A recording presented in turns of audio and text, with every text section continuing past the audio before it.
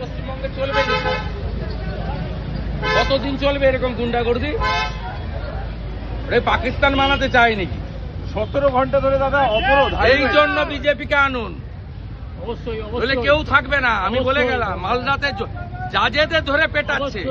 এরা কোথায় গেছে দেখুন, কোন জায়গায় গেছে এরা। যদি না জাগেন, সবাই জাগুন, বাঁচার লড়াই।